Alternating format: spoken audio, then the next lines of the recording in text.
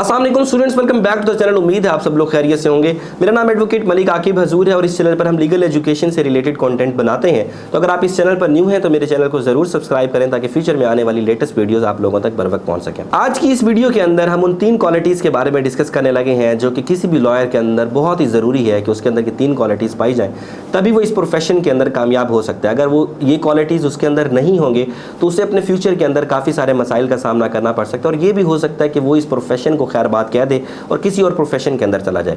तो ये 3 क्वालिटीज़, अगर आप एक लॉ स्टूडेंट हैं तो आपने देखना है कि ये 3 क्वालिटीज़ आपके अंदर पाई जाती हैं या नहीं जाती।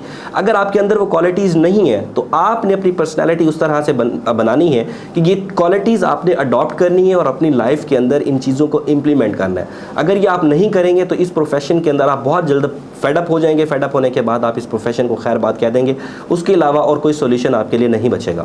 तो इन चीज़ों से किस तरह से बचना है और वो कौन सी क्वालिटीज़ हैं जो कि एक लॉ स्टूडेंट के अंदर, एक लॉयर के अंदर, यंग लॉयर के अंदर होनी चाहिए, वो कौन सी क्वालिटीज़ हैं जो मेरे सामने आई हैं अभी तक के प्रोफेशन के अंदर, जो कि मैं प्रैक्टिस कर रहा हूँ और मैंने चीज़ें देखी हैं, अपने सीनियर से सुनी है, वो आज की इस वीडियो के अंदर हम लोग डिस्कस करेंगे। तो वो 3 क्वालिटीज़ हैं बेसिकली। सबसे पहली क्वालिटी जो आपके अंदर होनी चाहिए, आपके अंदर पेशेंस होना चाहिए, सब्र करना है आपने। सब्र क्यों करना है कि बेसिकली आपकी जो डिग्री है वो 5 साल की है। 5 साल की डिग्री करने के बाद जब आप फील्ड के अंदर जाते हैं तो आप खुद भी ये एक्सपेक्ट करते हैं और मुआशरा भी आपसे एक्सपेक्ट करता है कि ये बंदा आप फील्ड के अंदर जा रहा है, जो चैम्बर ज्वाइन कर रहा है, बार ज्वाइन कर रहा है, वहाँ पर इसके पास केसेस आने लग जाएंगे। केसेस आने के बाद जो है ये बंदा फाइनेंशियली भी स्टेबल हो जाएगा। तो इस तरह से बेसिकली नहीं होता। जब आप वहाँ पर जाते हैं, आप यूनिवर्सिटीज़ के अंदर क्या पढ़ के आते हैं, वहाँ पर थ्योरेटिकल चीज़ें पढ़ के आते हैं, उसी चीज़ की इम्प्लीमेंटेशन हो रही होती है और वो प्रैक्टिकल चीज़ें होती है, मगर वो डिफरेंट तरीके से, क्योंकि हम उसके लिए जो है अपने आप को तैयार नहीं किया होता हमने अपने लॉ कॉलेजेस के अंदर। और जब हम उसकी प्रैक्टिकल इम्प्लीफिकेशन होते हुए देख रहे होते हैं तो हम कहते हैं शायद ये नई चीज़ है। तो इस वजह से जब आप वहाँ पर जाते हैं तो आपको वो काम समझ नहीं आ रहा, तो आपने उस काम को सीखना है। तो सीखने के अंदर कम से कम आपको अच्छा खासा टाइम पीरियड लग जाता है। दूसरा, मैं ये समझता हूँ कि कम से कम आपको 4 से 5 साल इस फील्ड के अंदर लग जाते हैं जब आपके पास क्लाइंटेज बनना शुरू हो जाती है। 4 से 5 साल में बेसिकली क्यों कह रहा हूँ, देखें 2 मेन प्रोफेशंस हैं जो कि इस वक्त प्रैक्टिस हो रहे हैं। अगर आप छोटे शहर से ताल्लुक़ रखते हैं तो सिविल या क्रिमिनल प्रैक्टिस हो रही है। सिविल के अंदर फिर फैमिली भी आ जाता है, काफ़ी सारे और मैटर्स उसके अंदर आ जाते हैं।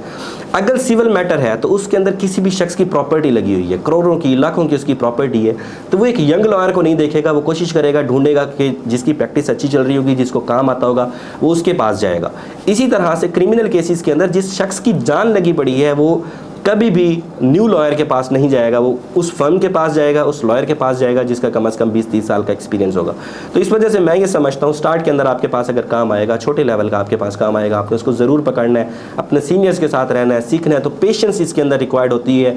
इसके अंदर स्लो एंड स्टडी अगर आप चलेंगे तभी आप कामयाब होंगे, अदरवाइज आप फेडअप होकर इस प्रोफेशन को आपने खैरबाद ही कहना है, आप इसके अंदर नहीं चल सकते। दूसरे नंबर के ऊपर जो क्वालिटी आपके अंदर रिक्वायर्ड होती है वो हार्ड वर्क की होती है। हार्ड वर्किंग बेसिकली आपने क्या करना है, अदालतें लगती हैं सुबह 8 बजे। अगर आप क्रिमिनल प्रैक्टिस करते हैं तो एग्जैक्ट 8 बजे आपको कोर्ट के अंदर होना है, तो आपको 7:30 बजे के लिए रेडी होना है। आपने 7:30 के हिसाब से जो है कोर्ट के अंदर पहुंचना है और शाम को 3:30 बजे तक, दोपहर के बाद, दोपहर भी गुजर जाती है, आपने खाना भी वहीं पर खाना है, नमाज भी आपने वहीं पर पढ़नी है। 3:30 बजे तक आप वहाँ पर रहेंगे और घर पहुँचते पहुँचते आपको 4-5 बन जाते हैं और उसके बाद आपने नाइट चैम्बर पर जाना है। तो नाइट चैम्बर के अंदर आप अगर आने वाले दिन के लिए अगर आप केसेस प्रिपेयर नहीं करेंगे, अगर आप एक न्यूली इंटर्न है, आपने किसी फर्म को ज्वाइन किया, तो फर्म तो न्यूली इंटर्न्स लेती ही इसलिए है कि ये हार्ड वर्क करेगा, काम करेगा हमारे लिए। अगर आप काम नहीं करेंगे वो कहेंगे शाबाश भाई तुम काम नहीं कर सकते, तो फिर किसी और जगह पर चले जाओ। तो आपको सुबह जाना है 7:30 से लेकर 3:30 तक, उसके बाद आपको रात को नाइट चैम्बर के अंदर भी अक्सर जो सीनियर्स होते हैं वो बुलाते हैं। मैंने अपनी प्रैक्टिस के अंदर तो यही देखा है और मेरे काफ़ी सारे कोलीग्स भी जाते हैं। तो इस तरह से आपने नाइट चैम्बर के ऊपर भी जाना है, आपने दिन के टाइम भी आपने काम करना है। तो ये काफ़ी सारा हार्ड वर्क है जो कि आपने अपनी लाइफ के अंदर कम से कम 13 से 14 घंटे आपने मेहनत करनी है। तो हार्ड वर्क से अगर आप फेडअप होते हैं, आप हार्ड वर्क से घबराते हैं। और हार्ड वर्क किस तरह से है, एसी के अंदर बैठकर काम करने वाला नहीं है। जब क्लाइंट आपके पास आएगा, क्लाइंट आपके पास 100 तरह का काम लेकर आएगा, आपने वो काम करना है। आपने क्या करना है, आपने अदालतों के अंदर जाना है, आपने उसके लिए पेशियाँ लगवानी है, आपने उसके लिए कोई अगर उसके डॉक्यूमेंट्स चाहिए, कोई उसका फैसला आ गया, फैसला वहाँ से लेना है। तो ये काफ़ी सारी चीज़ें होती हैं जो कि कोर्ट के अंदर जाकर आप उसके साथ अपने क्लर्क के साथ चल रहे होते हैं, मुंशी आपको काफ़ी सारी चीज़ें बता रहा होता है न्यूली इंटर्न्स को खास तौर के ऊपर।